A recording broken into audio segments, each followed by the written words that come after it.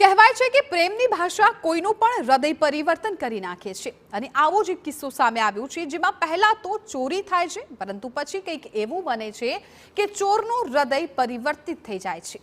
આ અનોખો કિસ્સો છે સુરતનો। સુરતમાં 4 દિવસ પહેલા એક બાઇકની ચોરી થઈ। મોટા વરાછા વિસ્તારમાં આવેલા એક કોમ્પ્લેક્સમાંથી બાઇક ચોરી થઈ ગઈ। જોતજોતામાં ચોર બાઇક લઈને ફરાર થઈ ગયો। ચોરી થયા બાદ બાઇકના માલિકે પોલીસને પણ અરજી કરીને ચોરીની જાણ કરી હતી।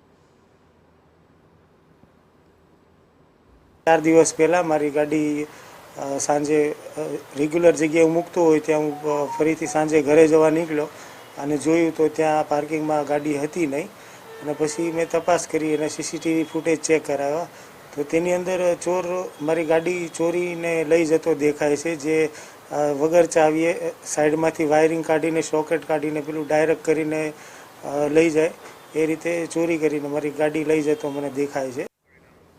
પણ વાત આટલી સામાન્ય નથી। ચોરી થયા બાદ બાઇકના માલિકે સોશિયલ મીડિયા પર એક પોસ્ટ લખી। તેમાં લખ્યું કે શ્રીમાન ચોર સજ્જન બાઇક ચોરી ગયા છો તો આરસી બુક અને ચાવી પણ લઈ જજો। આ પોસ્ટ સોશિયલ મીડિયા પર ખૂબ જ વાયરલ થઈ। નવાઈની વાત તો એ છે કે બાઇક ચોર સુધી આ પોસ્ટ પહોંચી ગઈ। સોશિયલ મીડિયાની પોસ્ટ વાંચીને ચોરનું હૃદય પરિવર્તન થઈ ગયું અને ચોર બાઇક ફરી મૂકી ગયો। ત્યારબાદ મેં એક સોશિયલ મીડિયામાં મેસેજ મૂક્યો હતો કેમ કે ગાડી ગઈ હતી તો પછી ચોર પણ સોશિયલ મીડિયાથી યુઝ કરતો જ હોય છે તો એના માટે મેં એક મેસેજ પોસ્ટ કર્યો કે શ્રીમાન ચોર સજ્જન તમે મારી ગાડી લઈ ગયા છો તો સાથે આરસી બુક અને ચાવી પણ ત્યાં પાર્કિંગમાં સાઈડમાં એક જગ્યાએ મેં મૂકેલી છે જગ્યા પણ કીધું હતું અને સુખેથી ચલાવો ગાડી। મારી પાસે સાયકલ છે તો હું સાયકલથી પણ ચલાવી લઈશ મારું કામ।